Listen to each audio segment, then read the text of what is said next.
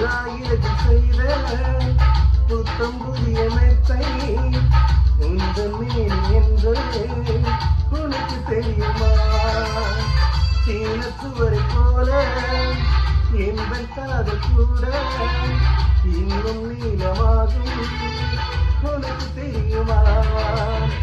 பூங்கா என்ன வாசம் என்று உங்கள் மீது தெரியும்.